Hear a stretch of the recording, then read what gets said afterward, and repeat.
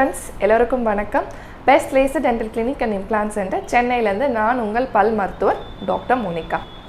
இன்னைக்கு நம்ம பல் எடுத்ததுக்கு அப்புறம் என்னென்னலாம் பண்ணலாம், என்னென்னலாம் பண்ணக்கூடாது அப்படின்றத பற்றி இந்த காணொளியில் பார்க்கலாம். முதல்ல பல் மருத்துவர் பல் எடுத்த இடத்துல ஒரு சுத்தமான பஞ்சு வச்சுருப்பாங்க. அந்த பஞ்சை 1 மணி நேரத்துக்கு நீங்கள் அழுத்தி கடிச்சு வச்சுக்கணும். இந்த மாதிரி அழுத்தி கடிக்கும் பொழுது என்ன ஆகும் அப்படின்னா, அந்த இடத்துல உருவாகிற அழுத்தத்தினால உங்களுக்கு ரத்தம் வருவது கம்மியாகும்.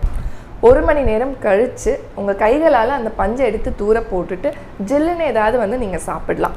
உதாரணத்துக்கு பழ ஜூஸோ அல்லது ஐஸ்கிரீம் அல்லது ஐஸ் வாட்டர் இந்த மாதிரி எது வேணால் நீங்கள் எடுத்துக்கலாம். ஐஸ்கிரீம் நீங்கள் சாப்பிட்றீங்க அப்படின்னா பிளெயின் ஐஸ்கிரீமாக நீங்கள் சாப்பிடலாம். அந்த நட்ஸ் அந்த மாதிரி இல்லாமல் வெறும் ஐஸ்கிரீம் அந்த இடத்துல பல் எடுத்த இடத்துல படுற மாதிரி நீங்கள் சாப்பிடலாம்.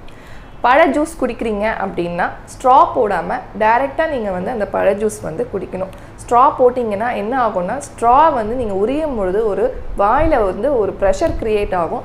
அதனால் உங்களுக்கு திருப்பி ப்ளீடிங் அதிகரிக்கிறதுக்கு வாய்ப்புகள் இருக்குது. 24 மணி நேரத்துக்கு தண்ணி வச்சு வாய் கொப்பளிக்கிறது அல்லது எச்சை வேகமாக கீழே துப்புறதை தவிர்க்கணும். அடுத்த நாள் நீங்கள் பல் விளக்கும் பொழுது கொஞ்சம் கவனமாக நீங்கள் பல் விளக்கணும். ரொம்ப அழுத்தி பல் விளக்குறத நீங்கள் தவிர்க்கணும்.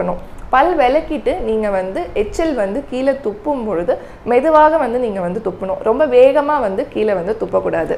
பல் எடுத்த இடத்துல கையையோ அல்லது நாக்கையோ வச்சு பார்க்கக்கூடாது. அந்த மாதிரி பார்க்கும் பொழுது என்ன ஆகும் அப்படின்னா, திருப்பி இன்ஃபெக்ஷன் ஆகிறதுக்கு வாய்ப்புகள் இருக்குது. அதே மாதிரி பல் எடுத்த இடத்துல வெளிப்புறத்துலையும் கை வச்சு பார்க்கக்கூடாது. எதனால அப்படின்னா, கையில் இருக்கிற சூடுனால உங்களுக்கு வீக்கம் வருவதற்கான வாய்ப்புகள் இருக்குது. பல் எடுத்த ஒரு நாளைக்கு மட்டும் ரொம்ப அதிகமாக பேசுகிறத நீங்கள் தவிர்த்துக்கலாம். ரொம்ப அதிகமாக பேசுகிறதுனால என்ன ஆகும் அப்படின்னா, உங்களுக்கு அந்த இடத்துல ரணம் ஆறுறது உங்களுக்கு டிஸ்டர்ப் ஆகலாம். அடுத்தது 3 நாளைக்கு ரொம்ப சூடாகவும் ரொம்ப காரமாகவும் சாப்பிட்றத நீங்கள் தவிர்க்கணும். கொஞ்சம் பிளாண்டாகவே பால் சாதம், மோர் சாதம், தயிர் சாதம் அந்த மாதிரி கொஞ்சம் குழைய வச்சு நீங்கள் சாப்பாடு நீங்கள் எடுத்துக்கலாம்.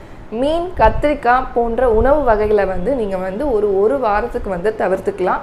இந்த உணவு வகைகள் என்ன செய்யும் அப்படின்னா, உங்கள் ரணம் ஆறுறதை கொஞ்சம் தாமதமாகும். உங்களுக்கு புகைப்பிடிக்கிற பழக்கம் இருக்குது அப்படின்னா பல் எடுத்த சில நாட்களுக்கு நீங்கள் புகைப்பிடிக்கிறத தவிர்க்கணும்.